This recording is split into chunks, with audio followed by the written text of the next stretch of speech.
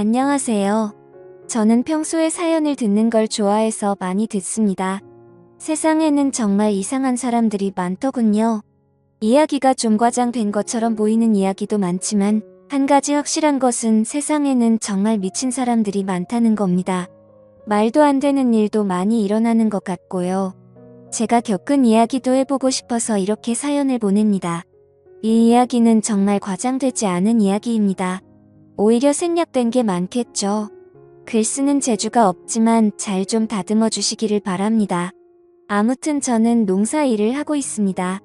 정확한 지역은 말씀드릴 수 없지만 전라도 지역 쪽에서 커다란 하우스를 지어놓고 딸기 농장을 하고 있습니다. 딸기 농사는 수익이 짭짤합니다. 대신에 초기에 투자 비용이 많이 드니까 딸기 농사할 생각 있으신 분들은 돈을 많이 모아서 하시기를 추천드립니다. 요즘에는 킹스베리라고 해서 커다란 딸기가 잘 팔리는데 이게 돈이 엄청나게 듭니다. 기회가 되시면 한번 잡숴보세요. 아무튼 이 이야기는 제가 딸기 농장을 하고 제법 익숙해졌을 때 있었던 일입니다.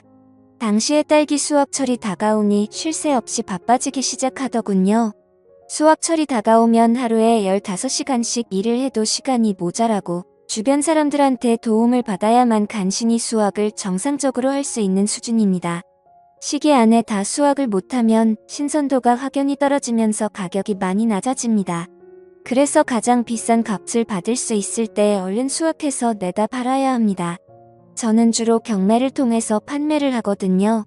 경매에서는 또 신선도를 엄청나게 따집니다. 그래서 오늘도 빠른 손놀림으로 딸기를 수확하고 있었는데 갑자기 우리 딸기 농장 안으로 어떤 아줌마 한 명이 불쑥 들어오는 겁니다. 이곳에 사는 아줌마 같지는 않고 한껏 꾸민 것처럼 보이는 도시 아줌마 같은 모습인데 선글라스를 쓰고 있더군요. 그 아줌마는 제게 다가오더니 딸기 조금만 팔 수 있냐고 물어보더라고요. 말을 하면서도 주변을 두리번거리며 마치 누군가 자기를 알아볼까 무서운 듯이 딸기를 조금만 팔 수 있냐고 묻는 겁니다. 그래서 어느 정도 살 거냐고 물어보니 지금 가진 게 1,000원밖에 없는데 1,000원 어치 살 수 있냐고 하길래 정신 있는 사람인지 없는 사람인지 세상에 1,000원 어치 딸기를 사려고 농장까지 오는 사람이 어디 있냐며 바쁘게 죽겠는데 지금 장난하는 거냐고 화를 냈습니다. 여기는 딸기 농장이니 소매로 나온 것보다 싸게 살 수 있는 거 아니냐고 말하길래 그렇긴 하지만 1,000원 어치는 안 판다고 말했습니다. 그러자 그 아줌마는 그러냐며 아쉬운 발걸음을 떼며 딸기 농장에서 나갔습니다. 안 그래도 일손이 부족해서 예민한 상황인데 저런 이상한 말을 들으니까 기분이 안 좋더라고요. 전 속으로 무슨 도시에 사는 사람들이 더 도둑놈 신보가 있다고 생각했고 딸기 농장에 선글라스까지 끼고 와서 1,000원 어치 사겠다는 게 참 어이가 없었습니다. 세상 물정을 저렇게도 모르는지 혀를 끌끌 차며 다시 딸기 따는 일을 시작하고 있었는데 핸드폰 알림음이 울려서 문 앞쪽으로 택배가 왔다는 문자를 보고 나가보니까 택배 상자가 하나 놓여 있었습니다. 그런데 아까 선글라스를 끼고 있던 그 아줌마가 집에 안 갔는지 딸기 농장 밖에서 쭈그리고 앉아 있었습니다. 마치 모든 걸 체념한 듯 햇빛을 피해 그늘에 앉아 있길래 전 아직 안 가고 거기서 뭐 하냐고 말하니까 기다릴 사람이 있다고 하더군요.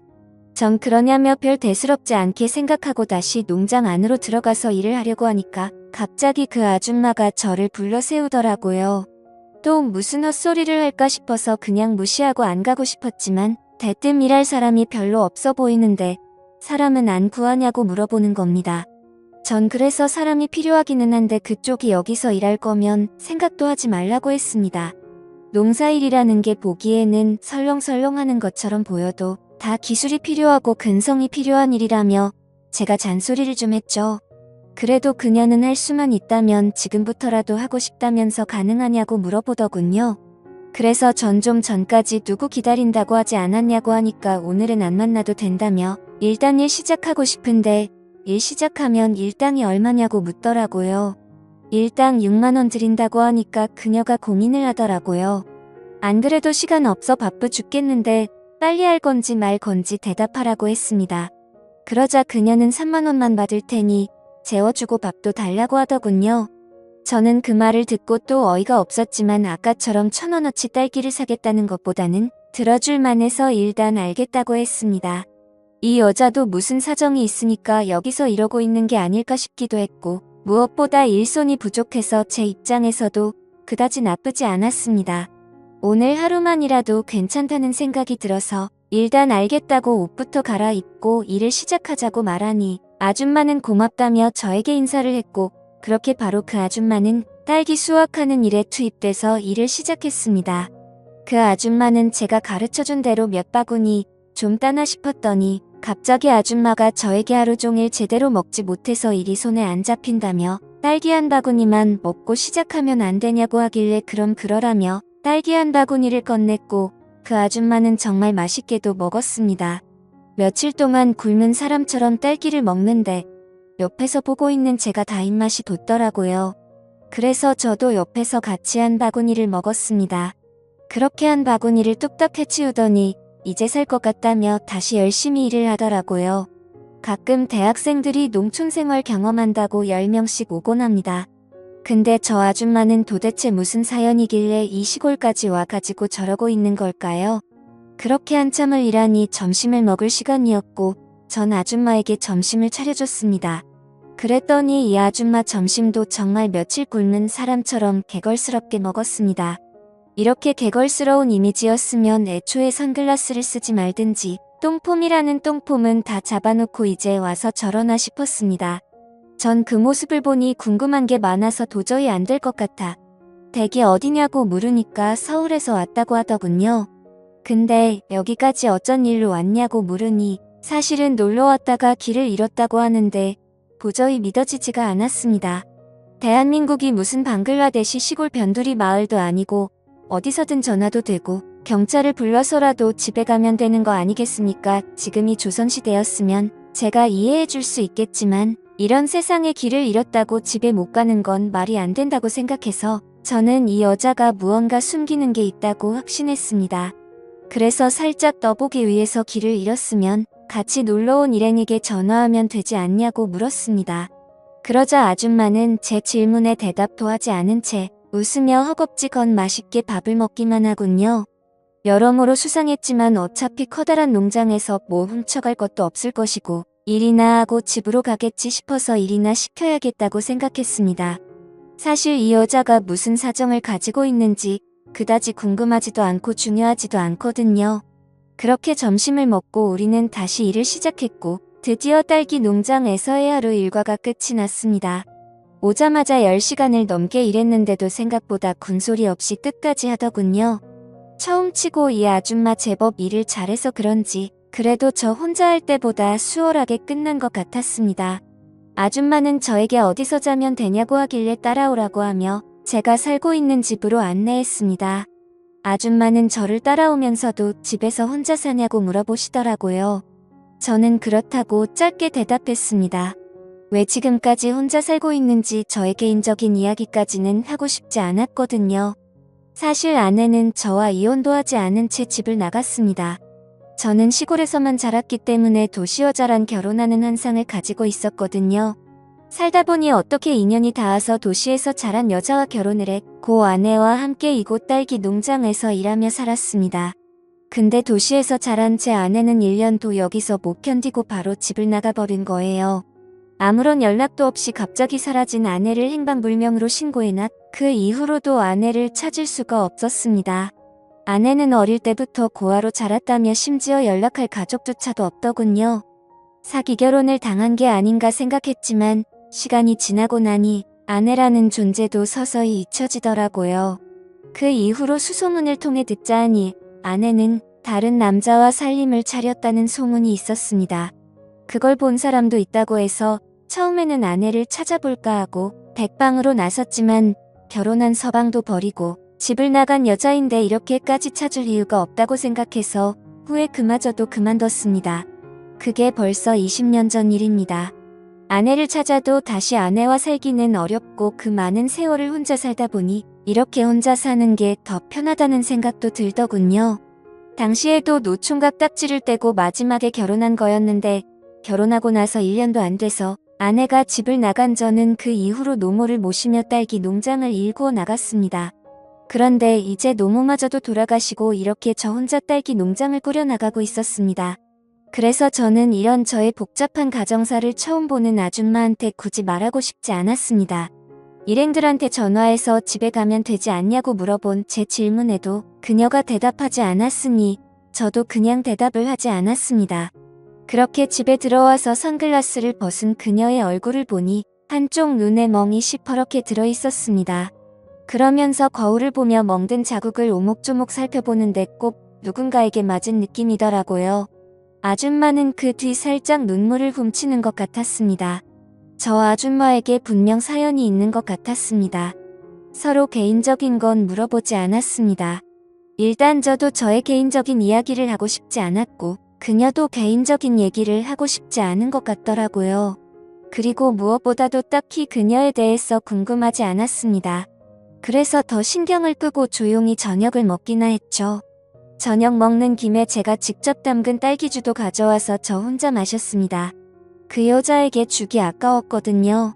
근데 그 아줌마는 제가 꺼내온 딸기 술을 보더니 뜬금없이 술이라면 아주 진절머리가 난다고 했습니다. 그래서 왜 그러냐고 하니까 사실은 자기 남편이 술만 마셨다 하면 사람이 180도 바뀐다고 하더군요. 그 말을 들으니 왠지 저 아줌마 얼굴의 멍도 남편이 때려서 생긴 것이라는 생각이 들었습니다. 그리고 저 아줌마가 남편한텐 맞고서 도망치듯 집을 나왔다고 하는 생각으로 추론이 됐습니다. 아무튼 전 그 아줌마가 좀 안 됐다는 마음이 들더라고요. 아줌마는 제가 딸기주를 한 잔 따라서 마시는 걸 보더니 갑자기 제 잔을 빼앗고서 자기도 한 잔 마시겠다며 벌컥벌컥 마셨습니다. 제가 아끼는 술인데 왜 저의 허락도 없이 이렇게 마시는 걸까요? 방금 전까지 술에 진절머리가 난다더니 이제는 제가 이 아줌마한테 진절머리가 나더군요. 아무튼 딸기 1,000원어치 산다는 그 첫 인상부터가 마음에 안 들었는데 여러모로 재수가 없는 여자입니다. 그러면서 갑자기 오늘 낮에 자기가 일한 거 어땠냐고 물어보기에 전 그 정도면 충분히 일당받고 일할 자격 있다고 말했습니다. 저에게 그럼 이곳에서 일주일 정도 일해도 되냐고 하길래 전 마침 사람도 필요하겠다 그러라고 했습니다. 저 혼자서 하면 딸기 수확이 완료되는데 10일이 넘게 걸립니다. 근데 이 사람까지 있으니 일주일이면 딱 쉬기도 좋다고 생각했거든요. 신선한 딸기를 더 비싸게 팔 수 있으니 이득이라고 생각했습니다. 그렇게 해서 그 아줌마는 저의 농장에서 일주일 동안 일하게 되었는데 함께 일하다 보니 제가 그 아줌마에게 정이 든 것 같았습니다. 아줌마는 어느새 선글라스를 벗어던지고 멍든 눈으로 저와 같이 일을 했습니다. 그렇게 저희는 서서히 허물 없이 지내는 사이가 되었고 저희는 서로에게 조금씩 편해졌습니다. 그러다가 이제는 그 아줌마가 떠날 마지막 날이 되었고 아줌마는 농장을 끝내고서 이제 가보겠다고 말했습니다. 그래서 전 하룻밤만 자고 내일 일찍 가라고 하니까 아줌마는 아니라면서 이제 가보겠다고 하는 겁니다. 전 그 말에 아줌마에게 하지 말아야 할 말을 하고 말았습니다. 남편이 때리면 집 나오면 되는 거고 그 남편과 안 살면 되는 거 아니냐고 했습니다. 내 마누라도 나랑 같이 딸기 농장하기 싫어서 집 나갔는데 당신이라고 못할 게 뭐냐고 따졌습니다. 헤어지는 게 아쉬워서 그랬던 걸까요? 저는 그녀에게 괜히 화를 냈습니다. 그제서야 아줌마는 참았던 눈물을 주룩주룩 흘리더라고요. 그러면서 저에게 뭘 알길래 그렇게 말하냐고 해서 솔직히 처음부터 다 알고 있었다고 말하며 그 눈에 멍든 자국이 왜 생겼겠냐고 말하니 아줌마는 하염없이 울기 시작했습니다. 전 안 되겠다 생각해서 그 아줌마를 안아줬고 아줌마는 제 품에 안긴 채 더 서럽게 울었습니다. 그러다가 저희는 한 방에서 같이 잠을 자게 되었는데 아침에 일어나 보니 저희는 여느 부부와 다를 게 없었습니다. 전 이 아줌마와 하룻밤을 함께 보내보니 더 이상 이 아줌마를 누군가에게 보내고 싶지 않았습니다. 저는 그 아줌마를 설득하기 시작했습니다. 나랑 같이 살자고 말 안 할 테니까 일단 그 남자한테서 벗어나야 하는 거 아니냐고 같이 남편을 찾아가서 말하자고 했습니다. 처음에는 거부하던 그녀였는데 그럼 계속 지금처럼 맞고 살 거냐고 물어보니 절대 그렇게 살고 싶지 않다고 하더군요. 내가 옆에서 도와줄 테니 같이 남편에게 찾아가자고 말을 했고 그렇게 그 남편과 마주 앉아서 이야기를 나누기로 했습니다. 그녀의 집에 도착하자 집은 난장판이었고 허름했습니다. 오랫동안 이야기를 나눴는데 그 남자는 이혼하는 조건으로 500만 원을 요구하더군요. 솔직히 돈을 이야기하길래 이혼하려면 1억 원 가지고 오라고 말할 줄 알았는데 겨우 500만 원이라니 자기 마누라에 대한 값어치가 정말 그 정도라고 생각했던 걸까요? 그래서 그 자리에서 현금으로 500만 원을 바로 꺼내줬습니다. 제가 딸기 농장을 가지고 있는 사람인데 그 정도 돈이 없겠습니까? 그러자 그 남자는 술값을 벌었다며 제가 준비해온 이혼 서류에 바로 도장을 찍더군요. 갑자기 딸기 농장에 찾아와서 일을 하겠다는 아줌마나 돈 500만 원에 바로 이혼 서류에 도장 찍는 이 남자나 거기서 거기라는 생각이 들기도 있습니다. 세상에는 정말 미친 사람이 많은 것 같아요. 그 뒤로 2년이라는 시간이 지났습니다. 선글라스를 끼고 딸기 1,000원어치 사려고 했던 그 이상한 아줌마는 지금 제 아내가 되어 함께 딸기 농사를 지으며 살고 있습니다. 집 나간 아내의 소식은 아직도 알 수 없지만 이제 제 아내는 그 아내가 아닌 이렇게 딸기 농장으로 찾아온 아줌마가 지금의 제 아내가 된 것입니다. 물론 딸기만 하는 건 아닙니다. 딸기 농사를 하려면 커다란 하우스가 필요한데 하우스가 상당히 좋은 거라서 딸기뿐만 아니라 이것저것 많은 농사를 짓을 수 있습니다. 매년 365일 열심히 농사를 짓으며 살고 있죠. 새롭게 맞이한 아내인 만큼 담스럽게 열린 딸기처럼 자식도 낳고 행복하게 살아가고 싶습니다. 근데 이 이야기가 전부가 아닙니다. 시골에서 살다 보니까 정말 별별 일이 다 생기더라고요. 다음에 기회가 되면 또 이렇게 사연을 보내보겠습니다. 저희 마을에 유명한 개장수가 한 명 있는데 그 사람에 대해서도 참할 얘기가 많습니다.